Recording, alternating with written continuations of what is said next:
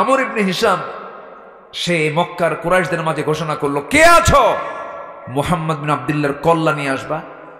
কেউ সাহস পেল না। দাঁড়ায় গেছে কে? আরেক ওমর। এক আমরের আহ্বান, আরেক ওমর সামনে দাঁড়ায় বলতেছে, আমি আছি। কে তুমি? খাত্তাবের ছেলে ওমর, যা বলে তা করে ছাড়ে। যাও। নাঙ্গা তরবারি নিয়ে বের হয়েছেন, রসুলকে মারবেন, পারলেন না। পরাজিত হয়ে রসুলের পায়ের কাছে তরবারি রেখে ইসলাম গ্রহণ করতে বাধ্য হয়েছেন। কিসের কারণে? এটা কি করেছেন উনি? শুনেছেন। বলেন বলেন বলেন বলেন, কি করেছেন? শুনেছেন। একজনের কণ্ঠে উনি শুনেছেন। তাও কে জানেন? তা হচ্ছে নিজের ভগ্নিপতি। হ্যাঁ, সোজা নাঙ্গা তরবারি নিয়ে যাচ্ছেন, রসুলকে মেরে ফেলবেন। এক সাহাবী বলছেন, ওমর কই যাও? মুহাম্মদ নাকি খুব বাড়াবাড়ি করতেছে, ওর একটু শেষ করতে যাচ্ছে। কি তুমি কি জানো তোমার বোন ভগ্নিপতি দুইটাই ইসলাম কবুল করছে? রাগ গেছে আরো বেড়ে, কিন্তু লাইন গেছে ভিন্ন। লাইন কি হয়েছে? আগে থাম, বোনরা আগে সাইজ করুন। এইদিকে রসুলের কাছে কি সংবাদ দিচ্ছেন? সুবহানাল্লাহ বলবেন না? আল্লাহু আকবার। সাহাবীদের হিকমত দেখেন। ওমরে ফারুককে পাঠিয়ে দিয়েছেন তার বোনের বাড়ি। খালি বলছেন, তুমি কি জানো তুমি যারে মারতে যাও তোমার বোনই তো ইসলাম কবুল করছে। চলে গেছে। আমার নবীর কাছে সংবাদ চলে গেল। নবীজি বলছেন, সাহাবীরা ওমরকে আসতে বাধা দিও না, কারণ গত রাত্রে আমি দুই ওমরের জন্য দোয়া করেছি। আমার বিশ্বাস আল্লাহ পাক খাত্তাবের ছেলে ওমরকে দিনের জন্য কবুল করে নিয়েছে। এখান থেকে একটা শিক্ষা আমরা নেব, দাওয়াতি কাজ করতে গেলে যার কাছে আপনি দাওয়াত নিতে যাবেন তার জন্য আগে দোয়া করার দরকার আছে না? না, আগে তার জন্য দোয়া করতে হবে। আল্লাহ তুমি ওই লোকটাকে নামাজি বানায় দাও, আমি আজকে নামাজের দাওয়াত দেব। আল্লাহু আকবার। আমার বন্ধুগণ, বোনের বাড়িতে চলে গেলেন। বোনকে মারতে মারতে রক্তাক্ত করে ফেললেন। বোন বলছে, ভাই রে, তোমার দেহে যে বাবার রক্ত আমার দেহে সে বাবার রক্ত, একই বংশ, একই মার পেট থেকে জন্ম নিয়েছে। আজকে তুমি আমার ভাই হয়ে মারতে মারতে যদি মেরেও ফেলে দাও, আমি আল্লাহর কালাম যে বুঝেছি, দিন যে গ্রহণ করেছি, সব ছাড়বো, কিন্তু আল্লাহর কালাম ছাড়বো না। এই কথা বলার সঙ্গে সঙ্গেই একটু দিলটা নড়ে উঠলো। এবার বলছে, বোন রে, তুই কি শুনলি, কি তেলাওয়াত করলি, আমাকে দে তো। তার সামনে যখন কোরআন তেলাওয়াত করা হচ্ছিল, সেই সময় তার সামনে কোরআনের সূরা তাহার কয়েকটা আয়াত যখন তার সামনে দেওয়া হলো, কোরআন তেলাওয়াত যখন তিনি করলেন এবং শুনলেন, আশ্চর্য হয়ে এতটা আশ্চর্য হলেন যে চোখের কোনা বেয়ে বেয়ে টপ টপ করে পানি পড়ছে। আর মনে মনে চিন্তা করছেন, এত সুন্দর কথা পৃথিবীর কোনো মানুষের হতে পারে না। তাহা মা আনজালনা আলাইকাল কুরআন লিতাশকা। নবীর কাছে এসে তরবারি রেখে বলছেন, হুজুর, মারতে চাইছি, শক্তভাবে এসেছিলাম, কিন্তু পারলাম না, কোরআন আমাকে পরাজিত করে দিয়েছে। আমি আমার সিদ্ধান্ত চেঞ্জ করে ফেললাম, আপনি আমাকে পড়ায় দেন। সবাই বলুন, আশহাদু আল্লা ইলাহা ইল্লাল্লাহু ওয়াহদাহু লা শারীকা লাহু ওয়া আশহাদু আন্না মুহাম্মাদান আবদুহু ওয়া রাসূলুহু। রাসূল মাঝে মাঝে বলতেন, ও আমার সাহাবীরা, আমার পরে যদি কেউ নবী হতো, আমার ওমর নবী হয়ে যেত। লাকানা উমর, আমার ওমর নবী হয়ে যেত। কি গুণ আল্লাহ পাক তার মধ্যে দিয়েছিলেন। এক সাহাবী তার সামনে একদিন হাদিস পড়তেছেন। হাদিসটা হলো, মিসকাল হাববাতিন মিন কিবার, যদি কোনো বান্দার মধ্যে যাররা পরিমাণ যদি কোনো অহংকার থেকে যায়, সে জাহান্নাম যাবে, সে জান্নাত পাবে না। এই হাদিসটা শোনা মাত্রই তিনি লাফ মেরে জমিনে পড়ে গেলেন, গোড়াগড়ি দিলেন, গোটা শরীর তিনি ধুলাই মলিন করে বলছে, ওমর, তোকে মানুষ খলিফা বলে, তোকে মানুষ রাষ্ট্রপ্রধান বলে, তোর মধ্যে অহংকার ঢুকেছে, তোর অহংকারকে চূর্ণ করা দরকার। গোটা শরীরটা ধুলাই মলিন করলেন, কাঁদতে কাঁদতে বেকারার হয়ে দুটো হাত উঁচু করে আসমান মুখী ধরে বলছে, আল্লাহ, আমার মনে হয় গোটা দুনিয়ার সমস্ত মানুষকে তুমি যদি জান্নাতের ঘোষণা দিয়া একটা মানুষকে জাহান্নামের ঘোষণা দাও, আমার বিশ্বাস ওই একটা মানুষ যে জাহান্নামে যাবে সেই লোকটা ওমর ছাড়া কেউ হতে পারে না। কি ভয় তারা করেছেন আল্লাহ। আমার বন্ধুগণ, আমার নবী যে একজন সাহাবীর কাছে, হুযায়ফা নামে একজন সাহাবীর কাছে মুনাফিকদের তালিকা রেখেছিলেন, মদিনার যারা মুনাফিক তাদের তালিকা রেখেছিলেন। মাঝে মাঝে ওমরে ফারুক গিয়ে তাকে কানে কানে বলতেন, ভাই হুযায়ফারে দেখো তো ওই মুনাফিকের তালিকা আমার নাম, আমি ওমর আমার নামটা আছে নাকি, দেখো তো আমার নামটা আছে নাকি। হুযায়ফা বলতেন, আপনি কি পাগল হয়ে গেছেন নাকি, রাসূল তো বলেই দিয়েছেন আপনি জান্নাতি। ওমরে ফারুক বলতেন, না রে ভাই, আমার মনে হয় আমি মুনাফিকের কাতারে গেলাম কিনা। আমার ভাইয়েরা, কি পরকালকে তারা ভয় করেছেন, কি চিন্তা করেছেন, কোন অমর কি অমর হয়ে গেলেন, কিছু দিয়া নয়, একমাত্র কি দিয়া। আসতে বলবেন না, কি দিয়া রে ভাই, কোরআন দিয়া। আমার বন্ধুগণ, ওমরে ফারুক রাদিয়াল্লাহু তাআলা আনহু একদিন এক গ্লাস মধু নিয়ে, রাষ্ট্রের মধু নিয়ে এসেছেন বাড়িতে।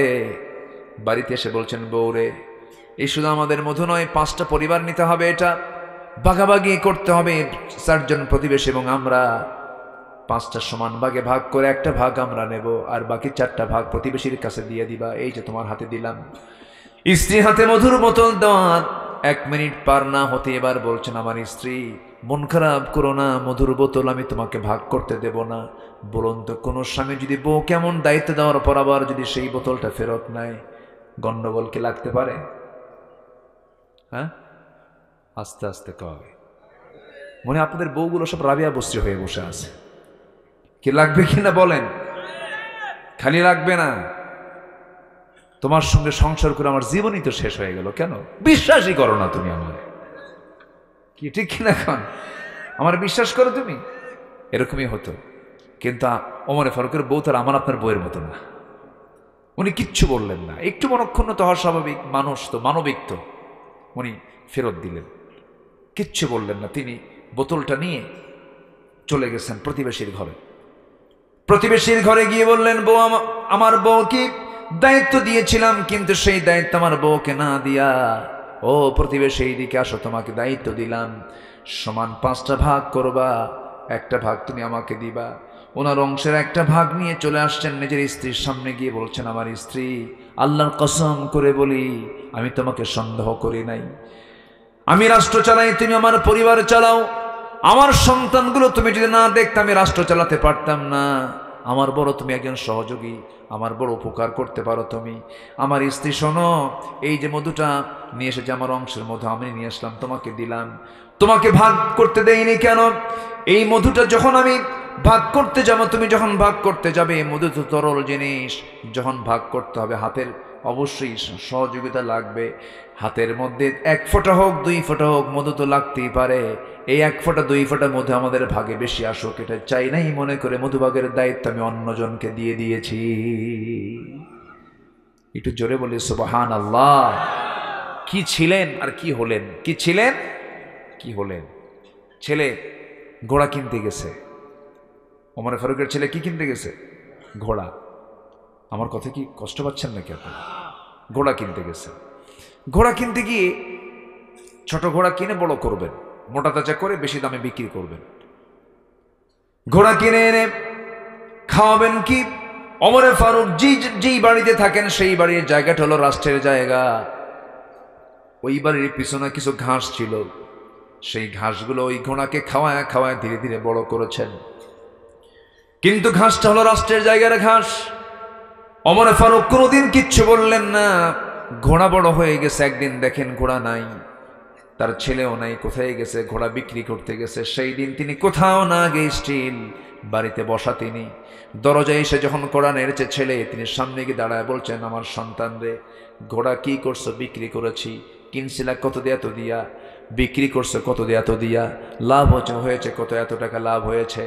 ওমর ফারুক বলছেন, আমার সন্তান মন খারাপ করো না, যে দামে কিনেছ এবং যে দামে বিক্রি করেছ, মাঝখানের যে লভ্যাংশ, এই লভ্যাংশ তুমি নিতে পারবা না। এই লভ্যাংশ রাষ্ট্রীয় কোষাগারে জমা দিতে হবে, কারণ ঘোড়া তোমার হতে পারে কিন্তু ঘাস হলো রাষ্ট্রের জায়গার ঘাস। আল্লাহু আকবার বলেন, আল্লাহু আকবার। রাষ্ট্রের জায়গার ঘাস খেয়ে আর সেই ঘোড়ার লাভ তুমি নিবা, এটা হতে পারে না, রাষ্ট্র এটার লাভ পাবে। তুমি মূলটার দাম নাও। সুবহানাল্লাহ বলবেন না? জোরে বলি সুবহানাল্লাহ। সাইয়েদনা আবু বকর রাদিয়াল্লাহু তাআলা আনহু যখন রাতের বেলা জনগণকে দেখতে নামতেন খালি পায়ে, কি পায়ে? খালি পায়ে হাঁটতেন। একদিন ওমর ফারুক বললেন, আপনার খালি পায়ে হাঁটেন কেন? আপনার পা তো পাথর দিয়ে ফেটে যাবে, চামড়া ফেটে রক্ত বের হবে। সাইয়েদনা ওমর ফারুক বলেন, আপনার পা তো ফেটে যাবে। সাইয়েদনা আবু বকর বলেন, আমার ভাই ওমর, তুমি আমার দিকে মায়া দেখাচ্ছ, মোহাব্বত দেখাচ্ছ, তোমাকে ধন্যবাদ জানাই, তবে একটা কথা জেনে রেখে দিও ওমর রে, আমি যদি খড়ম জুতা পায়ে দিয়ে যদি রাস্তায় হাঁটি রাতের বেলা, জুতার সঙ্গে পাথরের একটা ঘর্ষণ হবে, আওয়াজ হবে। এই আওয়াজে যদি আমার দেশের নাগরিকেরা যদি ঘুমের ব্যাঘাত হয়ে যায়, কিয়ামতের দিন আমি আবু বকর আসামির কান গড়ায় দাঁড়িয়ে তার জবাব দিতে হবে। আল্লাহু আকবার বলবেন না? নাগরিকের ঘুমের জন্য কষ্ট না হয়। একজন রাষ্ট্রপতি খালি পায়ে হাঁটতেছে, কি পায়ে? খালি পায়ে হাঁটে। আর আমার দেশের রাষ্ট্রপতি কোথাও আসলে আগের দিন পরের দিন রাস্তা বন্ধ। ওগুলো নেতৃত্ব আমার গুণী না। আসতে কন কেন? আসতে কন কেন? নেতা আসবেন, সামনে 50টা গাড়ি, পিছনে 50টা গাড়ি, দরকার নাই এগুলো আমাদের। আল্লাহু আকবার বলেন। মিশে যেতে হবে। আধুনিক দুনিয়াতেও কিছু রাষ্ট্রপ্রধান ছিল, আমি নিজের চোখে দেখেছি। মালয়েশিয়ার প্রধানমন্ত্রী মাহাথির মোহাম্মদ, আমার কেএলএ সফর ছিল কুয়ালালামপুরে। আমি একটা শপিংয়ে ভিতরে ঢুকলাম, দেখি যে ঢুকেই দেখি মাহাথির মোহাম্মদ বুড়া মানুষ শপিং করতেছে একা একা, আগেও কেউ নাই পরেও কেউ নাই, একা একা। 50টা গাড়ি সামনে পিছনে 50টা। এত ভয় কেন? মালাকুল মউত কি তোমার সামনে আসবে না? এত ভয় কেন? কি রাগ করতেছেন নাকি আপনারা? শাসক আর জনগণ মিশে যেতে হবে। কি হতে হবে? মিশে যেতে হবে। সাইয়েদনা আবু বকর যেদিন খেলাফতের দায়িত্ব পেলেন, তার ঘরের সঙ্গে একটা ঘর ছিল, প্রতিবেশী তো, ওয়াতিদাল কুরবা হাক্কাহু, তো প্রতিবেশীকে উনি পেয়েছেন। যে প্রতিবেশী, সেই প্রতিবেশীর মূল মুরব্বী বেঁচে নাই, বুড়া মানুষ, এবং তার কোনো ছেলে মেয়েও ছিল না, শুধু একটা বুড়ি মহিলা ছিলেন ওই বাড়ির, একজন বুড়ি মহিলা, ও ছাড়া কেউ নাই ওই বাড়িতে। সাইয়েদনা আবু বকর রাদিয়াল্লাহু তাআলা খেলাফতের দায়িত্ব পাওয়ার পরেও তিনি প্রত্যেক রাত্রে ওনার বাড়িতে গিয়ে ওই মহিলার খেদমত করে আসতেন। সাইয়েদনা ওমর ফারুক একদিন গেলেন ওই মহিলার খেদমত করার জন্য। ভিতর থেকে মহিলা জবাব দিচ্ছে, খেদমত করার কোনো প্রয়োজন নাই, কারণ একজন খাদেম আমার খেদমত করে গেছে। তিনি মনে মনে চিন্তা করলেন, এই মদিনার ভিতরে কোন যুবক তেমন কাজ করে দেখি তো। 2-3 রাত ধরে ওই মানুষকে ধরার জন্য চেষ্টা করছেন, পারলেন না। শেষ রাত্রিতে দেখেন কে যেন ঘরের মধ্যে ঢুকলো, বুড়ির লুকায়া চুরায়া খালি পায়ে ঢুকে গেছে। তিনি দরজায় আড়াল হয়ে দাঁড়িয়ে আছেন। যখন বের হয়েছে, চট করে পিছন দিক থেকে তার ডান হাতটা চেপে ধরে দেখে কেউ না, প্রথম খলিফা আবু বকর সামনে দাঁড়ায় আছে। ওমর ফারুককে দেখে বলছেন, ওমর তুমি এই জায়গায় কেন? তিনিও বলছেন, আপনি এই জায়গায় কেন? আপনি রাষ্ট্রপ্রধান, দিনের সারাদিন কাজ করেছেন, আবার রাতের বেলা জেগে জেগে এই সমস্ত কাজগুলো করছেন, আমাদের কি কিছু কাজ করতে দিবেন না? আবু বকর বলছেন, ভাই ওমর রে, হাসরের ময়দানে আমার আমলনামা তোমার কিন্তু পিঠে যাবে না, আমার প্রতিবেশীর কাজ আমাকে করতে হবে। আমার বন্ধুগণ, 2টা বছর টানা ওই মহিলার খেদমত করে খেলাফতের দায়িত্ব পালন করে তিনি দুনিয়া থেকে বিদায় নিয়েছেন। দ্বিতীয় খলিফাতে যেদিন দায়িত্ব পালন শুরু করেছেন, সেই দিন তার উপর ওই দায়িত্ব চেপে আসলো। ওই মহিলার ঘরের মধ্যে ঢুকলেন, ওই মহিলার খেদমত করলেন, কাপড় চোপড় সব কমপ্লিট করে দিলেন। এরপরে রান্না বান্না সব কিছু আয়োজন, খাবার দাবার সব আয়োজন সম্পন্ন করে পরিষ্কার করে ঘর থেকে বের হয়েছেন। বুড়ি মহিলা খাবার জন্য যখন বসেছেন, আরবের প্রধান খাদ্য হলো খেজুর। খেজুর যখন মুখের মধ্যে নিয়েছেন, কামড় মেরেছেন, বিচি, খেজুরের মধ্যে বিচি। এই বিচিটা দেখা মাত্রই ওই মহিলা হাওমাও করে কেঁদে কেঁদে বলতেছে, বুঝতে পেরেছি আমার আসল খাদেম আবু বকর আর দুনিয়াতে নাই। কারণ আমার আবু বকর যখন আমার খেদমত করতে আসতো, সে শুধু খেজুরগুলো ধুতুই না, বিচিগুলো খুলে খুলে আমার সামনে সব হাজির করে দিত, যেন খেতে কষ্ট না হয়। জোরে বলি আল্লাহু আকবার, আরো জোরে আল্লাহু আকবার। আমার বন্ধুগণ, এটাই হলো একটি কল্যাণ রাষ্ট্রের রাষ্ট্রপ্রধানদের চরিত্র।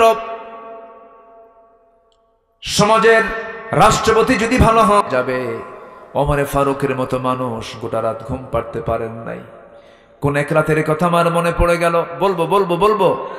কোন এক রাতের কথা আমার মনে পড়ে গেল, সাইয়েদনা ওমর ফারুক ঘর থেকে বের হওয়ার সময় বলছেন, বউ আমার তো ঘুম আসে না, আমাকে জনগণ এমন একটা দায়িত্ব দিয়েছে, দায়িত্ব আমার ঘুমটাকে হারাম করে দিয়েছে, আমি ঘুমাতে পারি না। আমি জনগণকে দেখতে বেরোলাম। এশার নামাজ পড়লেন তিনি, বাড়িতে যৎকিঞ্চিৎ খাবার খেয়ে বের হয়ে গেছেন, জনগণকে দেখার জন্য বের হয়েছেন। হঠাৎ করে একটা ঘর থেকে কান্নার আওয়াজ আসে। বাড়ির সামনে দাঁড়ায় দেখেন সেই কান্নার আওয়াজটা হলো ছোট ছোট বাচ্চাগুলোর। বাইরে থেকে শক্ত গলায় বলছেন, ওমরে ফারুক, এই বাড়িতে কি বাচ্চাদের মা নাই নাকি? কেমন মা সন্তানদের কান্না থামাতে পারে না? ভিতর থেকে আওয়াজ আসে, কান্না কান্না কেমনে থামাবো, খাদ্য তো নাই আমার ঘরে। ওমরে ফারুক চলে গেলেন, এক বস্তা আটা এন্ট্রি করে নিজের মাথায় বহন করে মহিলার সামনে হাজির করে বলছে, মহিলারে, আমি ওমর, আবার যখন আটার বস্তা ফুরে যাবে আমাকে খবর দিবা, আমি ওমর নিজের পিঠে বহন করে পৌঁছায় দিয়ে যাব। বিধবার ঘরে তিনি আশ্রয় দিলেন। এরপরে চলেন আরেক ঘরে, আরেক বাড়ির সামনে দাঁড়ায় দেখেন চিৎকার করে কান্নার আওয়াজ, একজন মহিলা কাঁদতেছে। প্রশ্ন করলেন, কান্নাকাটি করে কে? ভিতর থেকে জবাব আসলো, ভিতরে এক মহিলা আছে, ডেলিভারি রোগী, কিন্তু বাচ্চা ডেলিভারি হয় না, ধাত্রী নাই, নার্স নাই। ওমরে ফারুক করবেন কি? তিনি তো কিছুই করতে পারবেন না। অনেক গভীর রাত, বাড়িতে চলে গেলেন, বউটাকে বললেন, বউ আমার, বোরকা পড়ো, তোমাকে আমার সঙ্গে যেতে হবে। নিয়ে গেলেন। ওই বাড়ির সামনে স্ত্রী দুটো হাত জড়িয়ে ধরে বলছে, আমার স্ত্রী, আমার স্ত্রী, আমরা কিন্তু জনগণের শাসক নই, আমরা হলাম জনগণের খাদেম।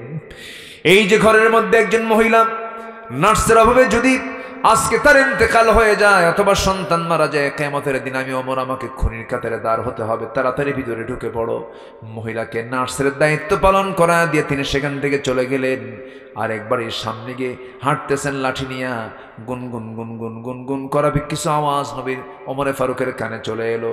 মনে মনে চিন্তা করছেন, এই আওয়াজটা কোন ঘর থেকে আসে? সেই ঘরের দিকে চলে গেলেন, কিন্তু আওয়াজটা কোনো পুরুষ গলায় নয়, মেয়েদের একটা মেয়ে কণ্ঠের গলায় গুনগুন গুনগুন করে বিরহের আওয়াজ যখন তার কানে ভাসতেছিল, সঙ্গে সঙ্গে ওমরে ফারুক খেপে গিয়ে রেগে গিয়ে বলছেন, ইসলামী জনপদে কে গুনগুন করে গান গায়? এত বড় সংস্কার! গান বন্ধ হয়ে গেছে। দরজায় নক করলেন, দরজা খোলে না। দরজার পিছন দিকে চলে গেছেন, টান মেরে দরজার পিছন দিকে চলে গিয়ে বেড়াটা ভাঙলেন। খেজুর পাতার বানানো বেড়ার ঘর, ঘরের মধ্যে ঢুকেই দেখেন একজন মহিলা সামনে প্রদীপ জ্বালানো, মাথায় কাপড় দিয়ে পর্দার নিয়ম রক্ষা করে সামনে দাঁড়ায় আছে। ওমরে ফারুক বলছেন, মহিলা, তুমি কি জানো না এটা ইসলামী জনপদ, এখানে গান গাও কেন? মহিলাও কম না, ওমরে ফারুক কি চিনতে পারে নাই, কিন্তু ওমরে ফারুককে লক্ষ্য করে বলছে, তুমি যে আমাকে নসিহত দিতে আসছো, আমি দোষ করেছি, একটা গুনগুন গুনগুন করে বিরহের গান গাচ্ছি, এটা আমার জন্য দোষ, অপরাধ হতে পারে, কিন্তু আমার ঘরের মধ্যে তুমি যে ঢুকেছো, আমি কি তোমাকে পারমিশন দিয়েছি নাকি না? সালাম দিয়েছো নাকি না?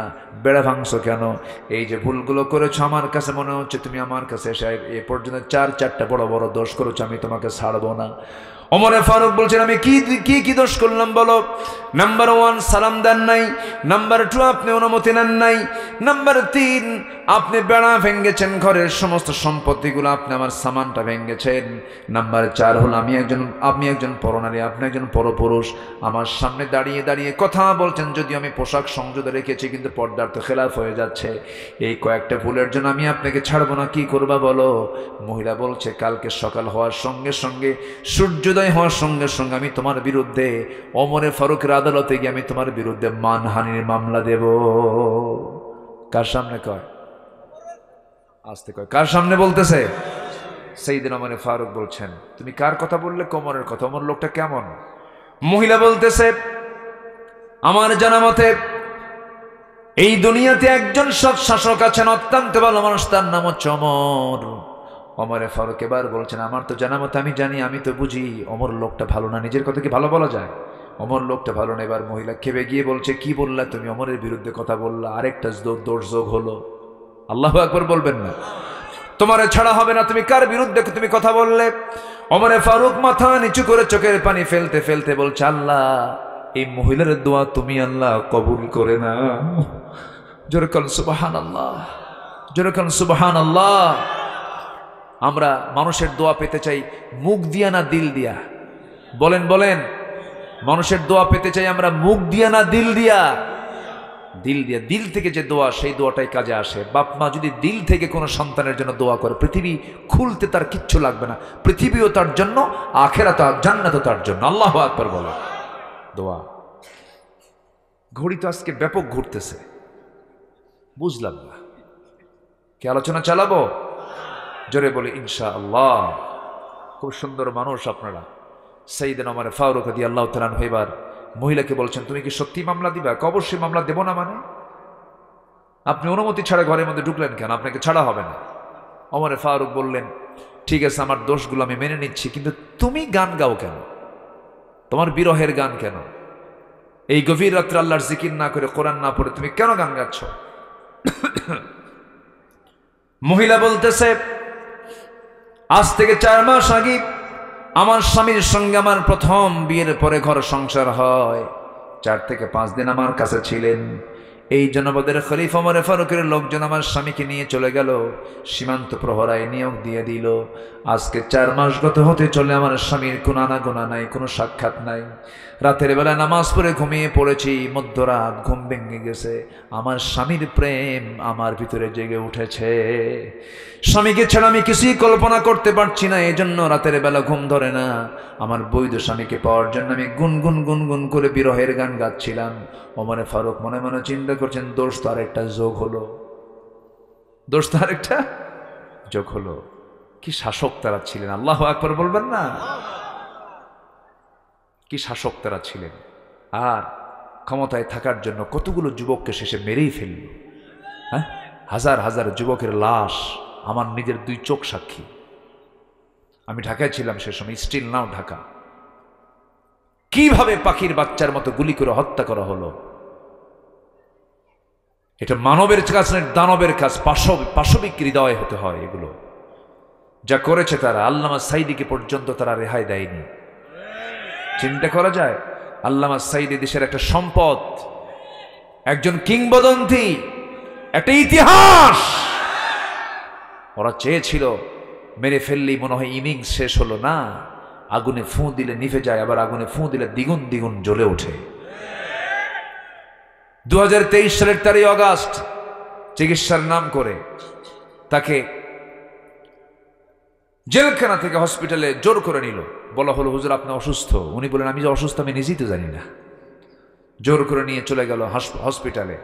চিকিৎসার নাম করে সুস্থ মানুষকে হসপিটালে ভর্তি করে পরিকল্পিতভাবে হিন্দুস্তানের প্রেসক্রিপশন নিয়ে একদম সাজানো নাটক তৈরি করে তাকে বিষ প্রয়োগ করে হত্যা করা হয়েছে। তাফসীর মাহফিলের এই প্ল্যাটফর্ম থেকে সুস্পষ্ট ভাষায় আমরা জানান দিতে চাই, অবিলম্বে আল্লামা সাইদির যারা খুনি, ওদেরকে ফাঁসির মঞ্চে ঝুলিয়ে মারা হোক। এই মতের পক্ষে রাজি আছেন কারা কারা? হাত উঁচু করে দেখান মুসলমান।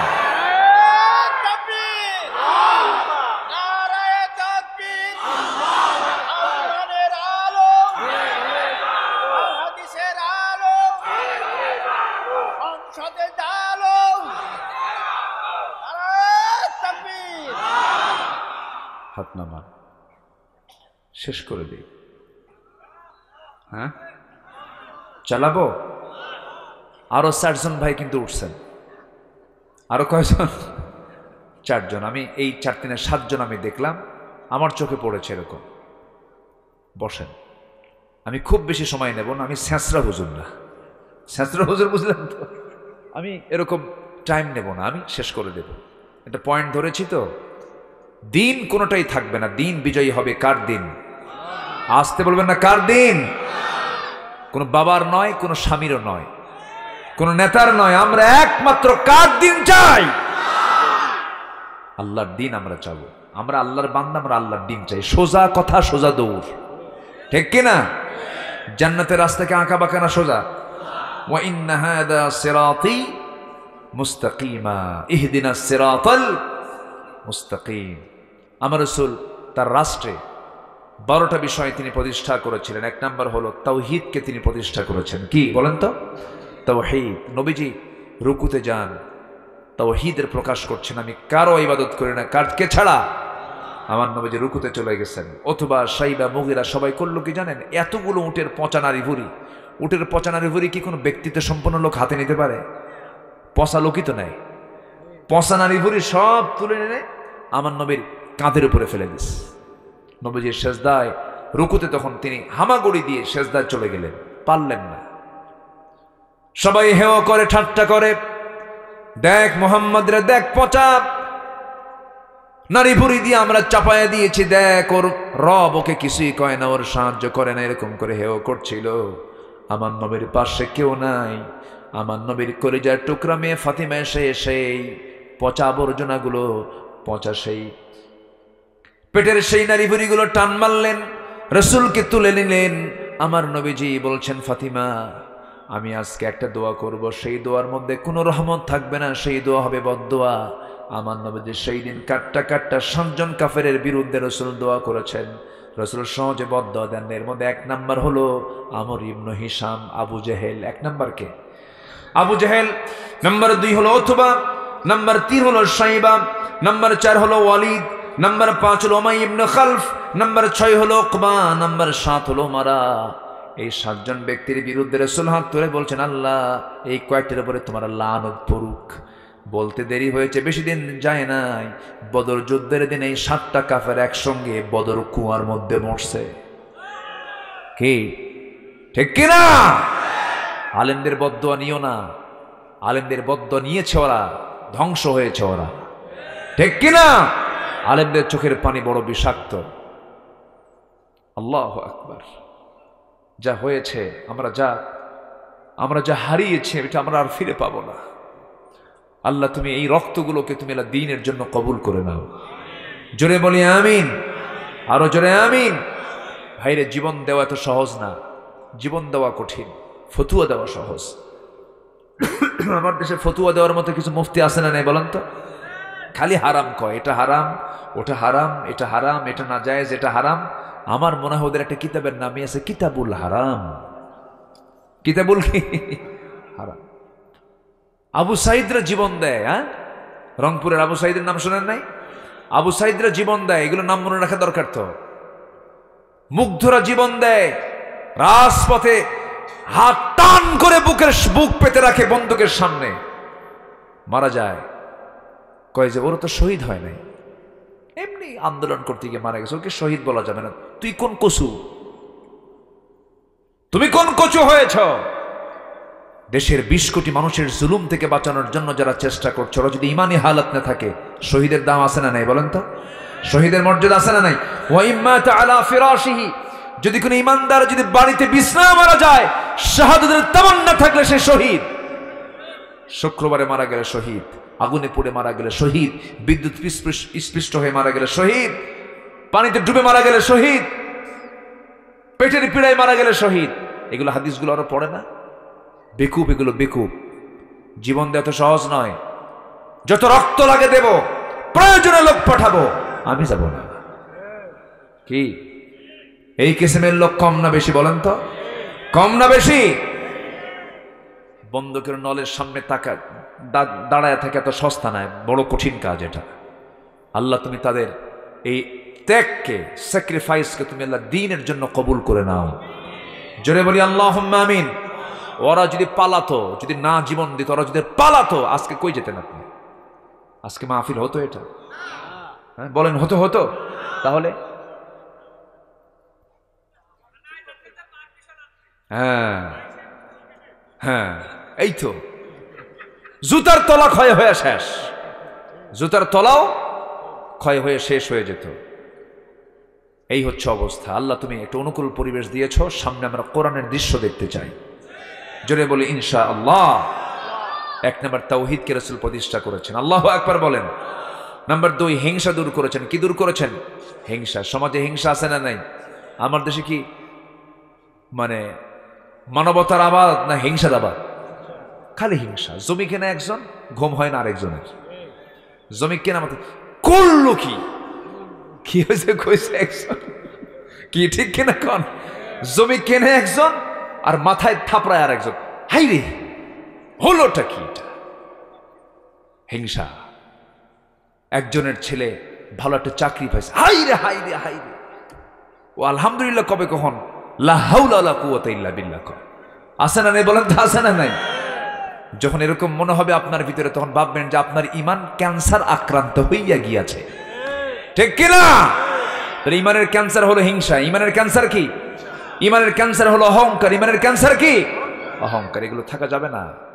আমার নবীজি শোনেন, এগুলো আসে কিন্তু আসতে দেওয়া যাবে না। আসতে দেওয়া যাবে না। আমার নবীজির সময় হুনাইনের একটা যুদ্ধ হয়েছিল। কিসের যুদ্ধ বলেন তো? হুনাইন যুদ্ধ। হুনাইন যুদ্ধের সময় আমার নবীজি যুদ্ধলব্ধ সম্পদগুলো, গনিমতের মালগুলো সবগুলো তিনি করলেন, আরবের মাঝে বন্টন করলেন, কুরাইশদের মাঝে বন্টন করলেন, কিন্তু আনসার সাহাবীরা পেল না। আনসার সাহাবীরা যখন পেল না, আনসার সাহাবীদের মনটা খারাপ হয়ে গেল। হুজুর সব তাদের দিয়ে দিলেন, কারণ হুজুর বংশ কুরাইশ, পাইছো কুরাইশা, রসুল কুরাইশদের সঙ্গে মিশে গেছে, রসুল আমাদের ভুলে গেছেন। কি কি কথা কি বুঝতেছেন আপনারা? তাহলে কি কি হয়? এরকম প্যাঁচ লাগে না? এগুলো প্রেক্ষাপটগুলো বুঝতে হবে তো। আনসার সাহাবীদের মধ্যে কিছু কিছু আনসার সাহাবী বলেন রসুলই মিশে গেছেন তাদের মধ্যে, আমাদের দিল না কিছু, আমাদের দিল না কিছু। আমার নবীর কানে সংবাদটা গেল, রসুল এটাকে মাথায় নিয়ে সংকট তৈরি করলেন, সমাধানের পথ খুঁজলেন। দেখেন রসুলের কন্ট্রোলিং পাওয়ারটা দেখেন। আমার নবীজি কি করলেন দেখেন। এই সময় সাহাবীরা বলতেছে রসুল কি করছেন? নিজের বংশের লোকের সঙ্গে মিশে গেছে, সব সম্পদ দিয়ে ওদেরই শেষ, আমাদের দিল না কিছু। বলেন কত বড় একটা কথা নবীর শান। আমার রসুল শুনলেন কিন্তু কিচ্ছু বললেন না, এটা তেজোদ্দীপ্ত একটা ভাষণ দিলেন। আমার নবীজি বললেন আলা তারাদাউনা ইলা মা'শারাল আনসার আইয়াযহাবান নাসু বিশাতিন ওয়াল বাঈর ওয়া তারজিউ বিরাসূলিল্লাহি ইলা রিহালিকুম। রাসূল বলছেন তোমরা কি মনে করছো জানি না, আরবের সেই সংকটে থাকা অভাবী আরবের কুরাইশ আরবের লোকেরা অভাবী হবার কারণ আমি তাদের কাছে দিয়ে দিলাম হলো ছাগল ভেড়া, তারা ছাগল ভেড়া নিয়ে তাদের ঘরের মধ্যে চলে গেছে, আর তোমরা তোমাদের রাসূলকে নিয়ে তোমাদের ঘরের মধ্যে ঢুকেছো, তোমরা কি খুশি হও নাই? যেরকম সুবহানাল্লাহ। ছাগল ভেড়া বেশি দামি না তোমাদের রাসূল বেশি দামি? সাহাবীরা কান্দে আর কয় হুজুর ভুল হয়ে গেছে। যেরকম সুবহানাল্লাহ। ওদেরকে দিলাম ছাগল ভেড়া, আর আমি তোমাদেরকে সাথে আমি তোমাদের ঘরে আমি রাসূল ঢুকে গেলাম, যাও। তোমরা কি উত্তম মনে করো না? সাহাবীরা কেঁদে কেঁদে বলছে হুজুর আমরা আপনাকে পাইছি এটাই খুশি। জোরে বলে সুবহানাল্লাহ। আমার নবীজি এরকম করে কন্ট্রোল করেছেন। নবীজির 4 স্ত্রী, এক স্ত্রী তো পালা কঠিন, কি সহজ? মেয়েরাও চায় আমার স্বামীর কয় বউ থাক। আস্তে আস্তে কয়, এখানে কি সবার 4 বউ নাকি? প্রত্যেক বউরা স্বামীর কয় বউ চায়? আমি একটাই, কোনো কাহিনী চলবে না। কি ঠিক না কোন? আমি একটাই, কোনো কাহিনী বেশি কিছু করলে কিন্তু খাইয়া ফালানো। কি কথা বোঝেন? প্রত্যেক মেয়েদের এটাই চাওয়া। আল্লাহ পাক মেয়েদেরকে এরকম দিল দিয়ে বানায় দিচ্ছেন, সব মহিলাই তাই, এটাই চায় তারা। উত্তমতাই উত্তম, এটাই একটাই যথেষ্ট। আল্লাহ উত্তমের পক্ষেই। ফাওয়াহিদাতান, হ্যাঁ বিধবার সংখ্যা বেড়ে গেছে, ডিভোর্সের সংখ্যা বেড়ে গেছে, অবহেলিতের নারীর সংখ্যা বেড়ে গেছে, এটা ভিন্ন কথা। রাসূল বিয়ে করেছেন কোনো অল্প বয়স্ক কোনো মহিলাকে নয়, যৌন চরিতার্থ উদ্দেশ্য নয়, বিধবাকে, অসহায়কে, যুদ্ধে হেরে গেছে, যুদ্ধে নিখোঁজ হয়ে গেছে, এই সমস্ত মেয়েকে রাসূল স্ত্রীত্বের মর্যাদা দিয়ে তাদেরকে সম্মান দিয়ে উন্নত করে দিয়েছেন। বিয়ের ক্ষেত্র বুঝতে হবে। খালি বলা যাবে না যে বিয়ে করা সুন্নত, বিয়ে করো, তুমি যাকে তাকে বিয়ে করবা। সারা দুনিয়ায় মহিলা না খুঁজে পায় আরেকজনের বউ নিয়ে এসে বিয়ে করে, এ আছে না নাই বলেন তো? এগুলো আকাম কুকা।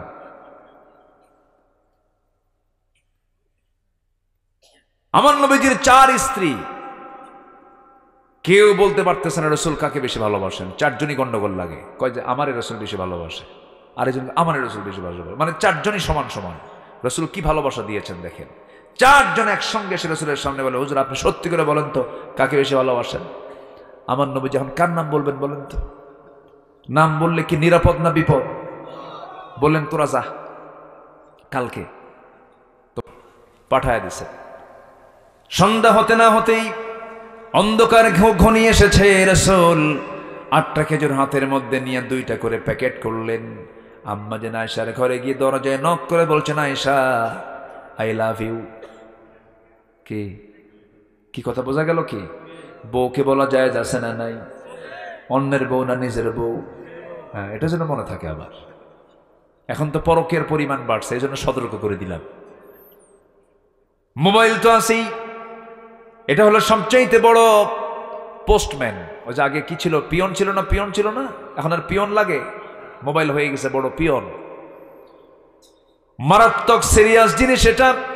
মুহূর্তের মধ্যে আপনার ঈমান শেষ হয়ে যাবে, নিঃশেষ হয়ে যাবে। এটাকে খুব সাবধানে ব্যবহার করতে হবে। যার ঈমান দুর্বল তার মোবাইল ব্যবহার করাই জায়েজ নাই। কি কথা বোঝা গেল? কি যে মোবাইল চালাতে পারবে সে ব্যবহার করতে পারবে, কিন্তু উল্টা মোবাইল যদি ওরে চালায় ওর ব্যবহার করা জায়েজ নাই। যুবকরা নোংরামি করা যাবে না। আমার নবীজি আম্মা জান আয়েশার ঘরে ঢুকিয়ে বলেন, আহিব্বুকা, আমি তোমাকে দারুণ ভালোবাসি। আমার আয়েশা, রাগ করো না, আমি তোমাকে খুব পছন্দ করি, মোহাব্বত করি। এই যে 2টা খেজুরও দিয়ে গেলাম, এই 2টা খেজুরও যে আমি তোমাকে দিয়ে গেলাম, তোমাকে ভালোবাসি। এই 2টা খেজুরের কথা যেন কেউ না জানে, আমি তোমাকে বেশি ভালোবাসি। কিন্তু ঠিক একই সেম কথা 4 স্ত্রীর ঘরে গিয়ে সব এক কথাই বলে দিলেন। পরের দিন সকালবেলা সব স্ত্রীগুলো বুক ভরা আশা নিয়ে এসে বলতেছে, হুজুর আজকে আমাদেরকে জানাতে চেয়েছেন কাকে বেশি ভালোবাসেন। রাসূল মুস্কি হাসি মেরে বললেন, গত রাত্রিতে আমি যাকে এই 2টা খেজুর দিয়ে আসছি আমি তাকেই সবচেয়ে বেশি ভালোবাসি। যা যেরকম সুবহানাল্লাহ। কি কন্ট্রোলিং পাওয়ার তার ছিল, ম্যানেজমেন্ট কি ছিল। যখন তিনি বাচ্চাদের কাছে যেতেন, বাচ্চারা খেলাধুলা বাদ দিয়ে রসুলের কাছে এসে বসতো, ঘাড়ে বসতো, বুকে বসতো, পিঠে দাঁড়াতো। আল্লাহু আকবার বলে। শিশুদের প্রেমিক মানুষ ছিলেন মুহাম্মদ সাল্লাল্লাহু। শিশুপ্রেমী মানুষ ছিলেন। আবার নাতিপুতি নিয়ে গল্প করতেন, মজা করতেন, সন্তানদের মাঝে বাপ হয়ে যেতেন। মেয়ে ফাতিমাকে খুব আদর করতেন। বিয়ে দিয়ে 3 দিনও পার হয় নাই, বিয়ে দেওয়ার পরও 3 দিন পার হতে দিতেন না, মেয়ের বাড়িতে গিয়ে বসে থাকতেন। সুবহানাল্লাহ। বিয়ে দেওয়ার পরেও তিনি চলে যেতেন জামাই বাড়িতে, ঘন ঘন যেতেন। আমার মেয়ে ফাতিমাকে না দেখলে আমার ভালো লাগে না, যেতেন চলে। বিয়ে যেদিন দিলেন, আমার রাসূলের জামাই তো একটা ধনী ছিল আর একটা গরিব ছিল। একটা ধনী কে বলেন তো, বলেন কে? বিশাল ধনী, সম্পদ কমই না। একদিন এসে বলতেছে, হুজুর আমার আর ভাল লাগে না এত সম্পদ, দোয়া করেন আমি যেন গরিব হয়ে যাই। আচ্ছা, এরকম ধনী কি এখন দুনিয়াতে খুঁজে পাওয়া যাবে? কোন ধনী কি এসে দোয়া চায় এরকম যে হুজুর একটু দোয়া করেন আমি যেন ফকির হই, এরকম দোয়া চায়? কিন্তু তিনি এমন ধনী এসে বলতেছে, হুজুর আপনি আমার জন্য দোয়া করেন আমি যেন কি ফকির হয়ে যায়। রাসূল বললেন, তুমি কি করো কও তো, একটা তোমার লাইফ স্টাইল জিজ্ঞাসা করে কি? আচ্ছা, তুমি যখন উটের পিঠে বসে থাকো, উটের পিঠে যখন খাও তুমি কেমন করে খাও? দেখুন ইয়া রাসূলুল্লাহ, উট তো যখন চলে, আমি যদি সেই সময় যদি কোনো দানা মুখে নেই, কোনো খাবার মুখে নেই, একটা দানাও যদি আমার হাত থেকে পড়ে যায়, আমি উটটাকে বসাই। উট কি ছোট না বড়? একটা হাঁটা মানে কি জানেন? একটা পা ফেলা মানে আমাদের 7-8 দৌড় মারতে হবে। ওই উটটাকে বসাই, বসায় ওই দানাটা তুলে ধুয়ে এরপর আমি আমার মুখে আবার খাবার হিসেবে তুলে নিই। একটা দানাও নষ্ট করি না। রাসূল বললেন, তোমার দোয়া আমি 1000 বার কইরও কাম হবে না, তোমার সম্পদ আরো বাড়বেই। জোরে বলে সুবহানাল্লাহ। একজন দোয়া করেও সম্পদ কমে না। আরেকজন হলেন বিশাল ফকির, একজন বিশাল ধনী, আরেকজন বিশাল ফকির। মেয়ে ফাতিমাকে বিয়ে দিয়েছেন বড় ফকিরের সাথে, ঘর নাই বাড়ি নাই। রাসূল বিয়ে দিয়ে বলছেন, মা এমন স্বামী তোমাকে দিলাম, ঘর না থাকতে পারে, বাড়ি না থাকতে পারে, কিন্তু কলিজাটা তাকওয়া দিয়ে ভরা। যাও সংসার করে খাও, কিন্তু একটা কথা মা বলে দিলাম, মৃত্যুর দিন পর্যন্ত স্বামীর বিরুদ্ধে একটা নালিশ যেন আমার কানে কোনোদিন না আসে। কি সুন্দর করে বলেন, যাও তোমার ঘর শ্রেষ্ঠ ঘর, এখন স্বামীর ঘর করে খাও, আমার বাড়ি না, তোমার স্বামীর ঘর হচ্ছে তোমার আসল ঘর, যাও চলে যাও। আর আজকের মেয়ের বাপরা বিয়ের সময় কি কয় জানেন? মা যা বিয়ে দিলাম, ফোন দিবি, যদি কিছু হয় খালি ফোনে শুধু বলবি একবার, খাইয়া ফালাবো। কি আছে না ভাই বলেন তো, আছে না ভাই? সংসার সুখের হবে? হবে না। রাসূল কি শিক্ষাগুলো দিয়েছেন বলেন আলহামদুলিল্লাহ। আমার নবীজি ম্যানেজ করেছেন সবগুলোকে, সব কন্ট্রোল করেছেন।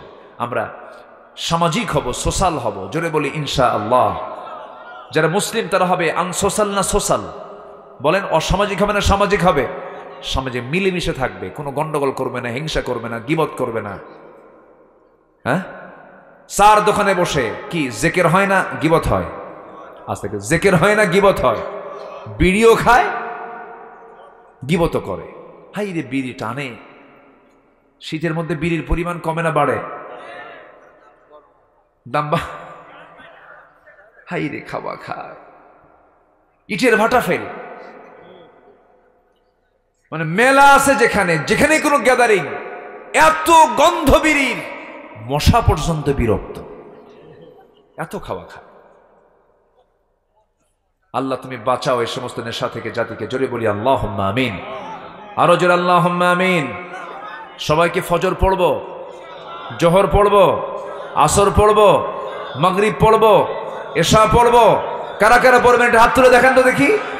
জোরে বলি ইয়া আল্লাহ, আমাদেরকে ফজর, জোহর, আসর, মাগরিব, এশা 5 ওয়াক্ত নামাজ আদায় করার তৌফিক তুমি আল্লাহ দিয়া দাও। জোরে বলি আমিন, আরো জোরে আমিন। ওমরে ফারুকের সঙ্গে যে মহিলার কথোপকথন আমি কি শেষ করেছি? একটু কথা আছে না, শুনবেন না? জোরে বলি ইনশাআল্লাহ। সম্মানিত ভাইয়েরা, অনেক বাড়িতে মা বোন আছেন, মাহফিলে মা বোনরা আসছে কি? আসছে। আমার পিছনে মায়েরা আছেন, আলহামদুলিল্লাহ। আমার মাদের কিছু বলবো, পুরুষের চাইতে 1000 গুণে সহজ আপনার জান্নাতে যাওয়া।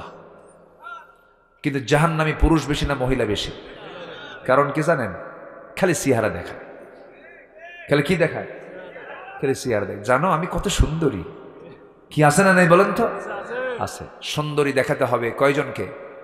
বলেন কয়জনকে? বলেন কয়জনকে? আর মহিলা মানুষগুলো ভেনলকেও দেখায়, হ্যাঁ, রাস্তার যারে পায় তারই দেখায়। এত সস্তা আপনি হয়ে গেলেন কেন? মার্কেটে যায় ঢং ঢং করে, দোকানদারের সামনে গিয়ে 3 পিস পইরা, চুলটা ছেড়ে দিয়া, লিপস্টিক লাগায়া, গালে আটা ময়দা লাগায়া, দোকানদারের সামনে ফেল করে হাসে আর বলে, ভাইয়া এটা শাড়ি দেখানো যাবে কি? ওরে বাপরে বাপ, তার মাখার সিফাত কি দেখছেন? এরকম করে বলে। দোকানদার তো ভাষা শুইলে তো চিত হয়ে পড়ে, ওর ইমান তো শেষ। শাড়ি একখান বের করে দোকানদার নিজেই শাড়িটা নিজের গায়ে লটকা দিয়ে বলে, আপা এই শাড়ি কিন্তু আপনাকে দারুণ মানাবে। ওটা আরেক বদমাইশ আছে না নাই? উল্টা দাওয়াত দেবে কি, ও উল্টা আরো ওর ইমান আরো নষ্ট করে। এই হলো অবস্থা। এগুলো করা যাবে না, এগুলো নোংরামি করা যাবে না। আমার মা, আপনাকে চাদর দিয়ে ঢাকতে হবে, আপনার সৌন্দর্যের সকল কিছু উৎসর্গ করতে হবে আপনার স্বামীর জন্য। আর আপনি যদি চামড়াটা ঢাকতে পারেন, পর পুরুষ থেকে আল্লাহ পাক 7টা জাহান্নাম আল্লাহ পাক আপনার জন্য ঢেকে দিয়ে জান্নাতের দরজা ওপেন করে দিবে। আল্লাহ তুমি মা বোনদেরকে বোরকা পরে সঠিক পর্দা পালন করার তৌফিক তুমি আল্লাহ দিয়ে দাও। এক কলেজের প্রফেসর বলেছে কয়েকদিন আগে, সে বলেছে কলেজে একটা মেয়ে নেকাব পরে মুখ ঢেকে এসেছে। প্রফেসর বলতেছে, তুমি নেকাব পরে আসছে কেন? মেয়েরা নেকাব পরলে ডাকাত ডাকাত মনে হয়। দেখছেন কত বড় ডাকাত ওটা। নেকাব পরলে নাকি ডাকাত ডাকাত মনে হয়। তুমি যদি নেকাবই পড়ো, মাদ্রাসায় যাও, কলেজে আসছো কেন? ওই সমস্ত শিক্ষকদের হাত পা বাইন্দা পেটা দরকার, ঠিক কিনা? ও মহিলার চেহারা দেখতে চায়, বোঝেন না? বদমাইশ শিক্ষক আছে না নাই? বদমাইশ শিক্ষক কিছু আছে না নাই? ওদের শিক্ষকতার কোনো যোগ্যতা আছে না। আল্লাহ তুমি মা বোনদেরকে দিন মেনে, শরিয়ত মেনে চলার তৌফিক দিয়ে দাও। এই আশাবাদ কামনা করছি। আমি আমার কথা আর বাড়াবো না, 12টা পার হয়ে গেছে। যা হয়েছে আমরা বলি আলহামদুলিল্লাহ, জোরে বলি আলহামদুলিল্লাহ। নামাজের মতো করে বসে, আমরা একটু নামাজের মতো করে বসে আমরা চাইবো কার কাছে? একটু জিকির করি, লা ইলাহা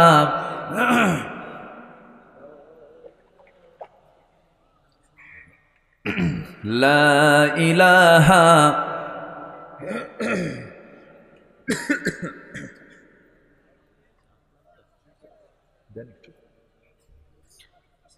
আরো জোরে, লা ইলাহা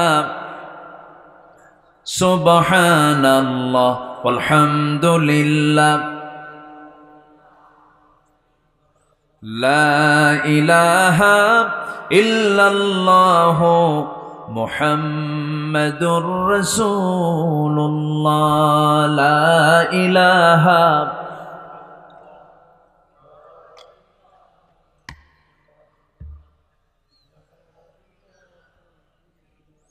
লা ইলাহা ইল্লাল্লাহ মুহাম্মাদুর রাসূলুল্লাহ সাল্লাল্লাহু। যে মাইকগুলো খুব ভালো, মাশাআল্লাহ। মাইকের সাউন্ডও ভালো, নামাজ কালাম পড়েন তো? ওয়াজ বেশি শোনে কে বলেন তো? নামাজ পড়ে নাই।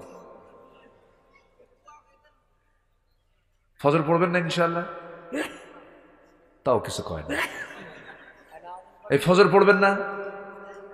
পড়তে হবে ইনশাআল্লাহ। বলেন ইনশাআল্লাহ, যে আল্লাহ কবুল করুন। জোরে বলি আমিন। যে ফজরের দিক তাকিয়ে আমরা আর লম্বা সময় নেব না। শীতের রাত, কষ্ট হচ্ছে, মাটিতে বসে আছেন, আল্লাহ তুমি এই কষ্টকে তুমি আল্লাহ জান্নাতের কারণ বানায় দাও। জোরে বলি আল্লাহুম্মা আমিন। সবাই বলে সুবহানাকা আল্লাহুম্মা ওয়া বিহামদিকা আশহাদু আল্লা ইলাহা ইল্লা আনতা আস্তাগফিরুকা ওয়া আতুবু ইলাইকা। চিৎকার মেরে বলি ইয়া আল্লাহ, আমার জীবনের সাগীরা কবিরা, ছোট বড় সব গুনাহ তুমি আল্লাহ মাফ করে দাও। জোরে বলুন ইয়া রাব্বাল আলামিন। আমরা নামাজের মতো করে একটু বসি, একটু বিনয়ী হয়ে বসে আমরা আল্লাহর, একটু ঠান্ডা লাগবে না? থাক না হয় যদি কষ্ট হয়, যে আমরা একটু বিনয়ী হয়ে আমরা আল্লাহর কাছে চাবো আল্লাহ যেন আমাদের গুনাহগুলোকে মাফ করে দেন। সবার কাছে দোয়া চাই। সবাইকে দোয়া করবেন। আমি আপনার জন্য দোয়া করি আল্লাহ যেন আমাদের এই সম্পর্ক হাসর পর্যন্ত গড়ায় দেন। আমাদের আশরাফুল ভাই কোথায় আছেন? আলহামদুলিল্লাহ, মাশাআল্লাহ। আল্লাহ তুমি মাহফিলকে কবুল করো। জোরে বলি আমিন। আসুন আমরা আল্লাহর কাছে চাবো। কার কাছে প্রার্থনা করবো আমরা? আল্লাহর কাছে। জি, আল্লাহুম্মা আমিন। রব্বানা যালামনা আনফুসানা ওয়া ইল্লাম তাগফির লানা ওয়া তারহামনা লানাকুনান্না মিনাল খাসিরিন। গভীর রাত, নিঝুম রাত, ঝিমানো রাত্রিতে চাঁদের মতো হাজারো মুসলমান নরনারী নিয়ে তোমার কালামের একটা আয়াতকে সামনে রেখে দিন প্রতিষ্ঠার আন্দোলন করা দরকার। দিন প্রতিষ্ঠা, আমাদের দিন নিয়ে কিছু কথা বলেছি। কাঙ্গাল ফিকারের মতো দুটো হাত পেতেছি আল্লাহ। তোমার পছন্দের যারা বান্দা খোলাফা রাশিদিনদের খেলাফত নিয়ে, তাদের শাসন কার্য নিয়ে কিছু কথা বলেছি। তোমার শাহী দরবারে কাঙ্গাল ফিকারির মতো দুটো হাত পেতেছি আল্লাহ। গুনার দিকে নজর দিও না, বান্দা মনে করে তামাম জিন্দেগির গুনাহগুলোকে মাফ করে দাও। জনম দুঃখিনী মা যারা বিদায় নিয়েছেন, জিন্দেগির গুনাহগুলো মাফ করো, কবরগুলোকে জান্নাতের টুকরা বানায়া দাও। রব্বির হামহুমা কামা রব্বায়ানি সগীরা, রব্বির হামহুমা কামা রব্বায়ানি সগীরা। আল্লাহ তাআলা বিশেষ করে এই মাহফিলের আয়োজন যারা করলেন, শোনার জন্য দূর দূরান্ত থেকে যারা আসলেন, বিনিময়ে কিয়ামতের কঠিন ময়দান যেদিন কেউ কাউকে চিনবে না, এমনকি মা সন্তানকে পর্যন্ত স্বীকার করে বসবে, যেদিন মানুষ কাঁদতে কাঁদতে চোখের পানিগুলো ফুরে যাবে, চোখ থেকে রক্ত বের হওয়া শুরু হয়ে যাবে, সেই কঠিন মুসিবতের দিন এই মাহফিল সবার জন্য নাজাতের মাধ্যম তুমি আল্লাহ বানাইয়ে দিও। ও আল্লাহ, তোমার বান্দাগুলোর মনের কোন যাতনা তুমি আল্লাহ ভালো করে জানো, সব ঠান্ডা করে দাও। আশপাশে যত মাইয়াত শুয়ে আছেন, কবরগুলোকে জান্নাতের টুকরা বানাইয়া দাও। আয় আল্লাহ তাআলা, আমরা যারা আমিন আমিন করছি, যার জন্য এক মাকসুদ তুমি আল্লাহ দয়া করে কবুল করে নাও। মাহফিল কমিটিকে তুমি আল্লাহ দয়া করে কবুল আর মঞ্জুর করে নাও। আমার আশরাফুল ভাইকে কবুল করো, ইমরান ভাইকে কবুল করো। সবার নাম তো আমার জানা নাই, যারা যা চাওয়া তুমি আল্লাহ পাওয়া করে দিও। দুনিয়া থেকে কোন দিন বিদায় হব জানি না, ডান হাতে আমলনামা না আসা পর্যন্ত আমাদের মরণ দিও না। বাবা গেছে, মা গেছে, ভাই গেছে, বোন গেছে, আমরা সবাই একদিন চলে যাব রে, কবরে শোয়া দেবে। আল্লাহ তোমার কাছে ফরিয়াদ করি, তোমার পছন্দের বান্দা না হওয়া পর্যন্ত আমাদের মরণ দিবা না। ফিলিস্তিনকে বাঁচাও, কাশ্মীরকে বাঁচাও আল্লাহ। মেহরবানি করে মুসলমানদের বাইতুল আকসা তুমি আল্লাহ মুসলমানদের হাতে তুলে দাও। আল্লাহ তাআলা যেদিন মরে যাব রে, টান মেরে কবরের দিকে নিয়ে চলে যাবে, কবরে শোয়া দেবে, 24 ঘন্টা লাগবে না। মাথার চুলগুলো খসে খসে পড়বে, 3 দিন যাবে না, চামড়াগুলো গলে গলে পোকার পেটের খাবার হয়ে যাবে। মাত্র 7টা দিন পেটের নারী বলি সব চোখ মুখ কান নাক দিয়ে বের হওয়া শুরু হয়ে যাবে, কিম্ভূতকি মাকার চেহারা হয়ে যাবে। আমাকে টেনে হেঁচড়ে কবরে শোয়া দিয়ে আসবো, ওই যে বিদায় দিয়ে দেবে রে, আর কোনোদিন খোঁজ নিতে যাবে না। আল্লাহ এই 3টা মাস পর যদি কবর খনন করে দেখা হয় কয়েকটা হাড় ছাড়া কিচ্ছু খুঁজে পাওয়া যাবে না রে। মাথার চুলে শ্যাম্পু দিলাম, ওই চামড়াতে কত তেল সাবান লাগালাম, সব মাটি খেয়ে শেষ করে ফেলবে রে, পোকার খাবার হয়ে যাবে রে।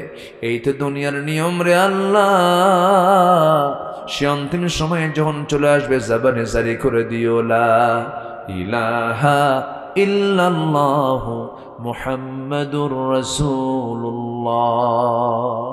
আসসালামু আলাইকুম ওয়া রাহমাতুল্লাহি ওয়া বারাকাতুহু।